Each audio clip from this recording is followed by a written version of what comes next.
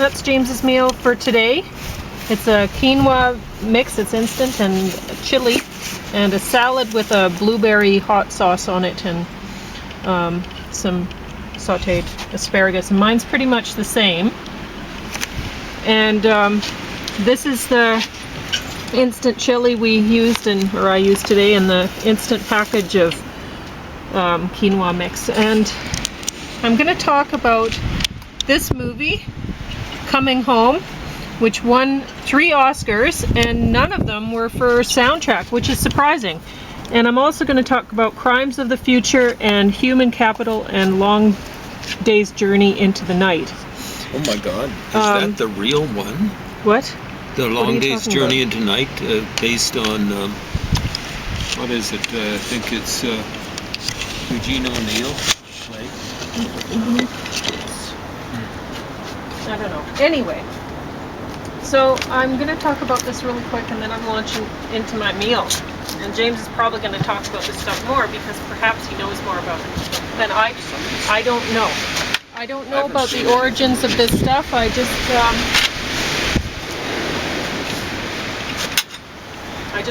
watched it, and I didn't even watch it that well. As you will notice when I start talking about it, I did not think much of Coming Home, and that was on the top of the stack. So yeah, you were very disappointed. These movies were not good. Yeah, I mean, I thought it would be great. 3 Oscars, you know. I'm like, okay. Jane Fonda's supposed to be some sort of. I actually got up at about an hour and 30 minutes into the movie. So, I mean, I would think naturally a person's like movie clock or whatever at an hour 30, you're thinking, okay, well, this is about to end, so I better stick around. But I didn't feel that way. At an hour 30 in, I got up and made dinner and this and that, and I didn't even care to rewind it. It was so boring. How long basically, was it ultimately? 2 hours? Really long. Okay. 127 minutes. Okay, so more than 2 hours. The acting was okay, I guess, but it's hard to believe that this woman would go for this guy. Even somebody with a really warm heart. And Nick Nolte is not Nick Nolte, but John Voight. I don't know. Guy? I don't know. The blonde guy, yeah. That's I don't know Angelina these actors' Jolie's dad. I don't really care. I think he was basically picked up as a pretty boy, not as an actor. Yeah, well. And in some ways, he's prettier, almost than Jane Fonda, really. Okay. Well, anyway, it's a movie basically about the Vietnam War and about veterans. And I mean, honestly, I don't know if I've seen one that I've really liked, to tell you the truth. They're political, they give a message, whatever. Make documentary. I don't know.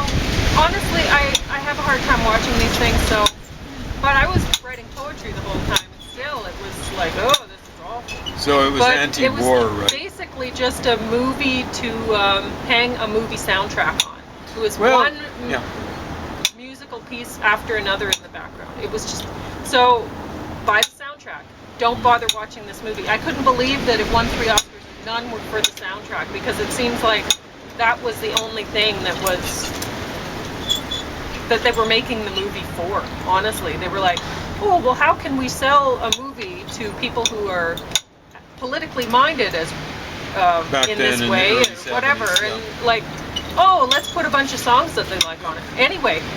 Although terrible. I don't understand, I could see, like, for what it's worth, by Buffalo Springfield, which was about cops shutting down demonstrations along the Sunset Strip, maybe 66 or 67. The song came out in 67. But the Rolling Stones thing would seem to be the one that it was repeated. They had it near the beginning, I think, and near the end. It's another one of Jagger's kiss-offs, you know, like, I don't think he likes women terribly much. He certainly likes himself. What is the song? Can't remember. Anyway, you can't come back and be the first in line, you know. So it's about some woman who dumped him or whatever. And those things happened way back when, not so much recently. I mean, he does all the dumping. And you know, what does that kind of song have to do with the anti-war movement or whatever, right? So if you were watching this movie in 1978, you were like, oh Was yeah, it I'm totally 78? behind that. Huh? Well, watch it again maybe, even though it is not worth watching once. And you might feel differently about it. You might see that it was just a whole lot of propaganda and that you paid for. You would have had to pay. You would have had to go to the theater. You probably went to a drive-in back then. Could have been. And you were like, oh yes, I will look like I'm really politically good-minded or something With it. by hanging out with my friends at this awful movie. I don't know. Anyway, not worth watching. Crimes of the Future, I expected this to be better because honestly, David Cronenberg is quite talented. He does horror movies usually. This sounds stuff's sci-fi. creepy, but it's okay. like well, it is sort of sci-fi, this one, but it's. Oh, it is? Okay. I mean, he does horror movies, and this is sort of ish, but he does psychological sort of thing, horror movies, right? And so I often find, although they're disturbing, they're worth watching. This one, not so much. Eh? It's there's some creepy stuff. They're talking about performance artists and stuff like that, and in this possible future, people are doing sort of underground performance art pieces that are. There's a movement for. It's kind of like a S&M sort of surgery movement. But it's not quite snuff films or anything. No, they're not killing each other. Okay. But and it shows it as though the person who is being cut is really getting off on it, right? They're wanting this too. So it's not like you won't hear any screaming or anything like that because they want this. And it's I mean, there's a sort of interesting story behind it about evolution and this and that, but so they're saying, well, maybe they're talking about tumors growing and this and that, and so there's a deeper message about how we live with our environment and how our bodies are a part of our environment and adapt a certain way, right? To try to, because we are a part of nature, right? So anyway, there's that, but it's honestly, and I could see how somebody needed to make a film like this because there's a lot of young people, especially young women, who like to cut themselves or like to be cut by. Speaking of Angelina Jolie, apparently she's into that. And apparently, like James says, that she grew out of it and didn't want that, and that's how it was for me. And I've read different things about people, like teens who like to cut, and it tends to be girls.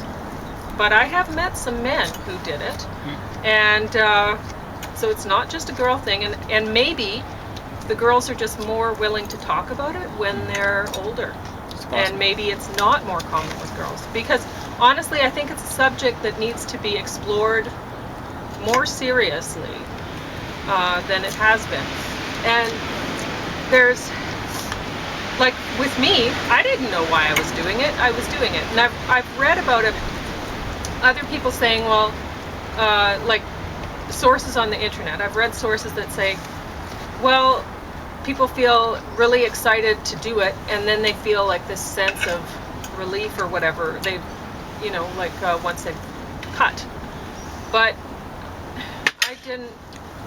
I don't know, I think there are just, people are trying to come up with an explanation for why they did it, and I don't think you can ask the people themselves. I don't know why I did it. I have no idea. But I know that I felt a compulsion to do it, and it was very necessary for me at that point in my life.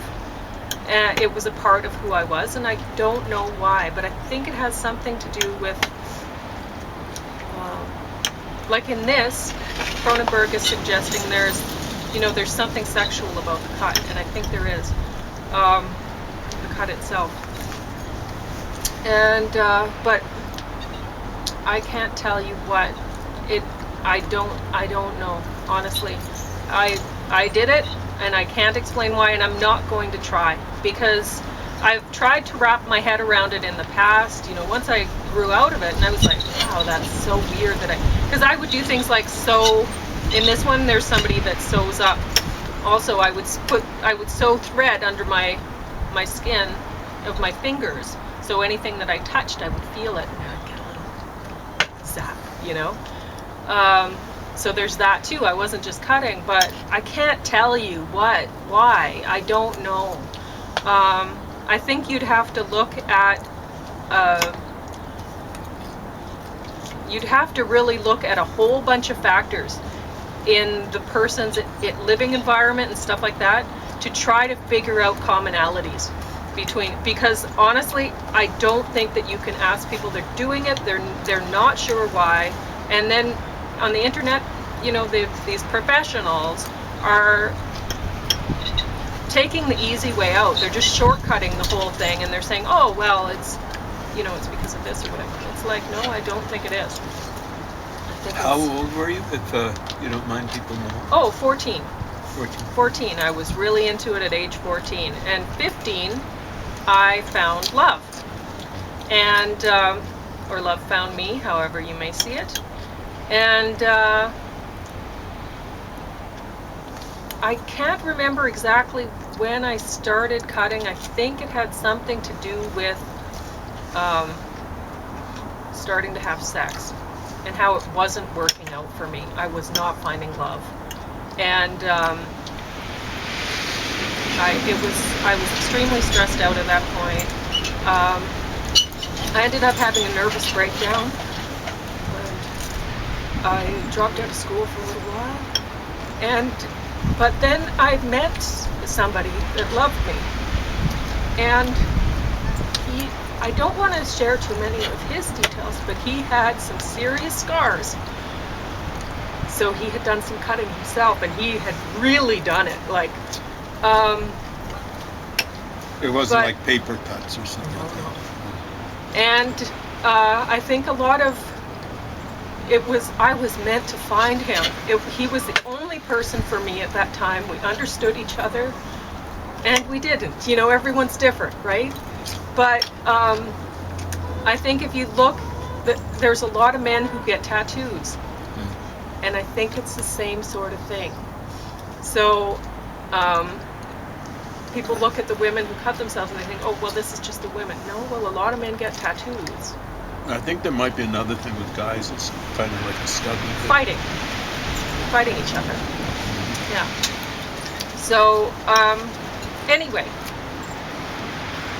so this movie does look at some things that people need to start looking at.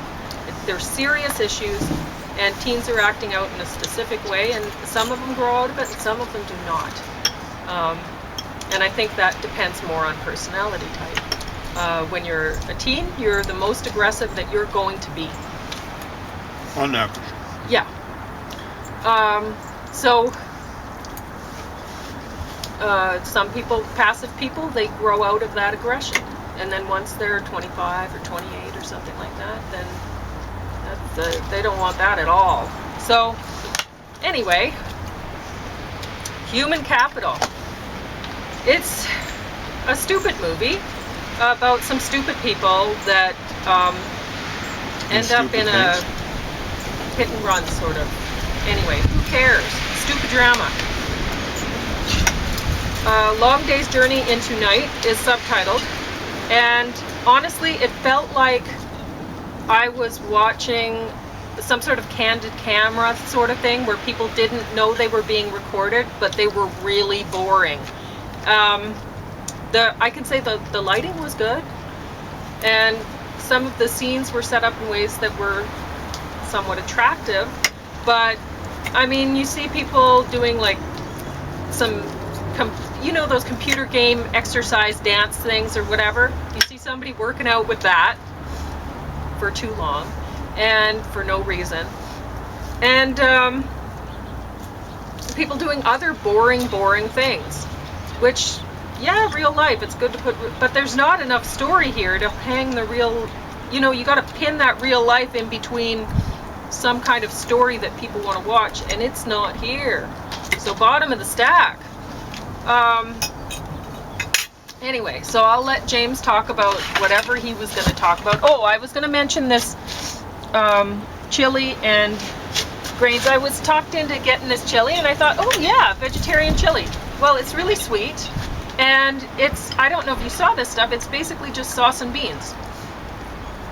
So I've made a big salad to go along with it, but honestly, a vegetarian chili, vegetables, you need it in there. So, bell peppers, celery, usually people put onion, garlic, and whatever, sometimes mushrooms. James likes corn too, but it's not in this chili. It's just beans and sauce, pretty boring. And the pure grains mix is a little bit better, but it says Thai chili flavor, whatever. It tastes like somebody cooked some quinoa and rice with some salsa. Now, I've done that a lot of times. It's a good, easy thing to do. You put some salsa in, you put the water in and you set the rice cooker to cook it. It works out really great. But I'm very happy to have these. I'm very thankful because I didn't have to really work too hard to cook. It's vegetarian. Mm-hmm. Well, that's a major feature. Mm-hmm. I would have liked to dress it up with some cilantro, but I didn't have any. It's pretty good, I gotta say. Quite tasty. Mm-hmm. So I wanted to review a review I did of Frank Rebel with a Cause. Finally Comfortable Being Graham, i.e. the son of Billy Graham.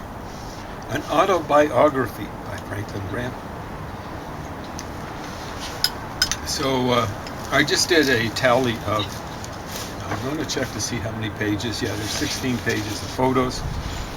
More than one photo of most of the pages, but we just did a tally of various things that are in the photos. So this guy's Christian, supposed to be a man of peace. Jesus was a man of peace. You know, as Bob Dylan once said, sometimes Satan, or saying, comes a man of peace. I believe that's the quote. So, 16 pages. Guns are featured in 4 of the photos, not pages. Planes, 7 photos. Cars, only 3. I thought there'd be more. Trikes and bikes, though, i.e. motorcycles. 4 of them. So vehicles of one, including trikes. There's only one trike, but there's 7 of them. Dogs, 5 of them. So I think he's a dog guy. Yeah, there's 43 photos in all.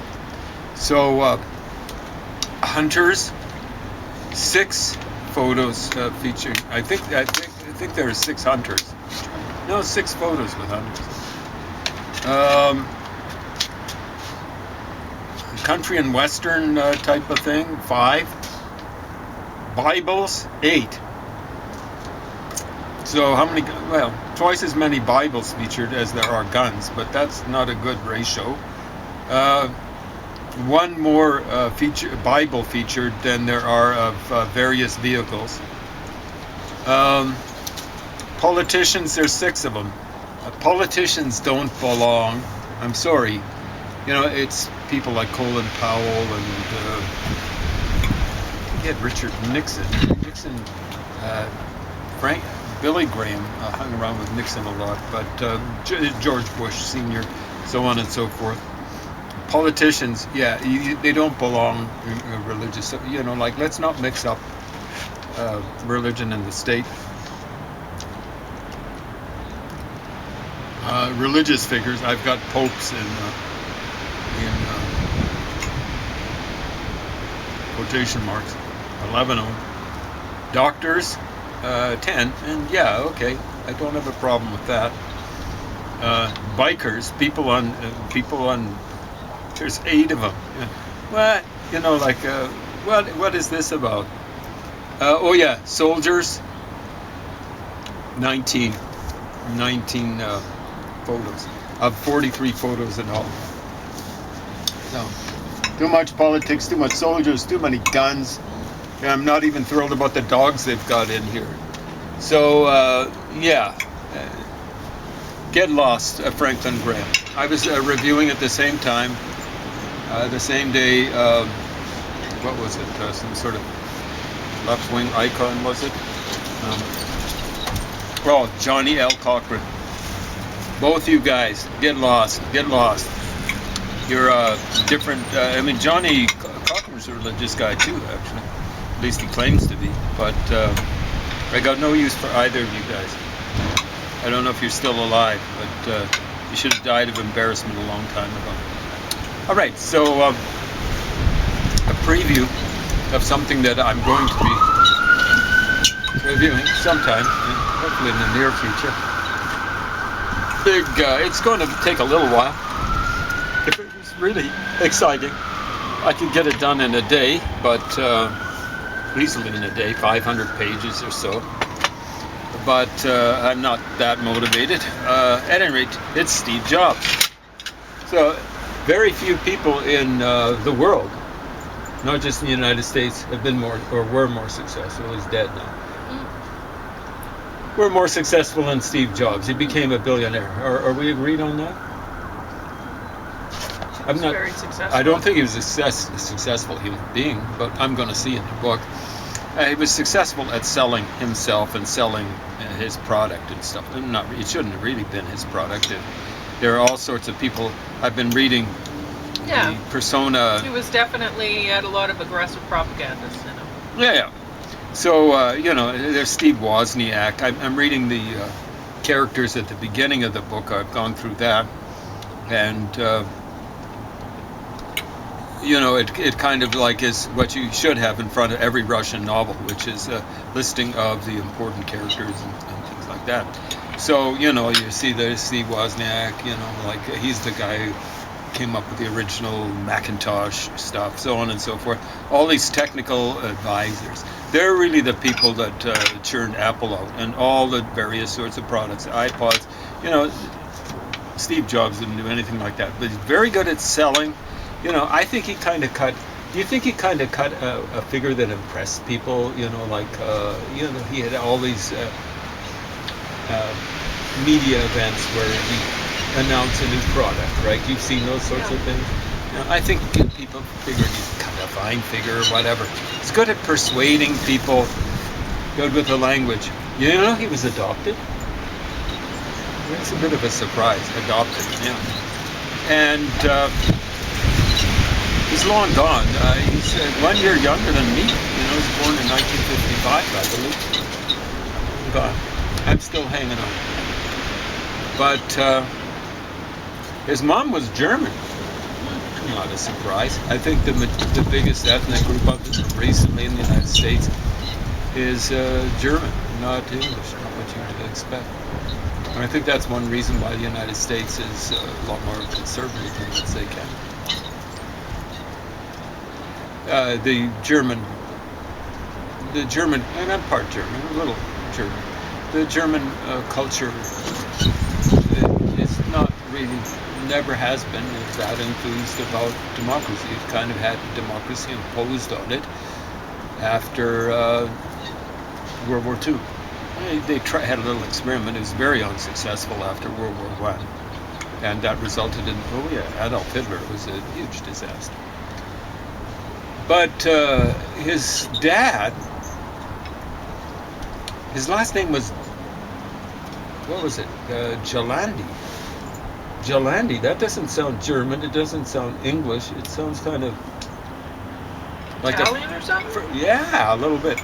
But his dad's first name was Abdul Fattah. So do you know what any name that starts with Abdul? It means something like the slave of, I presume it's something like the opener. Fatah, slave of maybe slave of victory suit, maybe. Fatah means victory. It means opening up and victory and stuff like that. So, wow, his dad got a PhD in the United States. I don't think it was much after Steve Jobs was born. So I presume it was sometime in the 50s. So here he is from Syria. Now he's a rich, spoiled little fella. His dad, I presume he was spoiled. He didn't last. He eventually married the woman that they had an illegitimate child, i.e. Steve Jobs, but they put him up for adoption. And then they got married and they had another kid, and that kid actually was successful too. Mona Simpson, they call her famous. Novelist, I've never heard of her, but she's had several successful novels and stuff like that. Mona Simpson. But so she's successful. She's half Arab. Dad came from Syria. And Steve Jobs is a person of color. So is Mona Simpson. Person of color. You know, when I looked at the photo on the front cover of the book, I was going, yeah, maybe he's Jewish or something like that. But of course, Jews, according to Lockriders nowadays, they're Europeans. They're not. They're related to the Syrians. They're Semitic folks. They're related to the Arabs. They're related to the people in Iraq. They're related to the people who colonized Egypt. On and on it goes. They're people from southwestern Asia. But you know, the fact that Steve Jobs was a person of color, at least half a person of color, didn't seem to stop him from becoming a billionaire. And a little bit of an icon. To who? The capitalists. Okay. Fascinating. Now, there was maybe a few other things I wanted to talk about.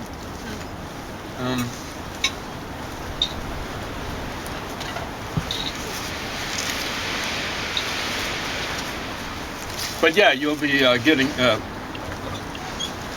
further coverage. So all you nifty lefty racists out there are always gibbering and jabbering about how hard done by people of color are. Get ready. You're not going to like my reviews, I'm pretty sure. But all you flunky capitalist supporters, you're not going to like it either. You're probably going to get an ulcer. How much time is left? Half a minute. Okay. I'll leave it at that.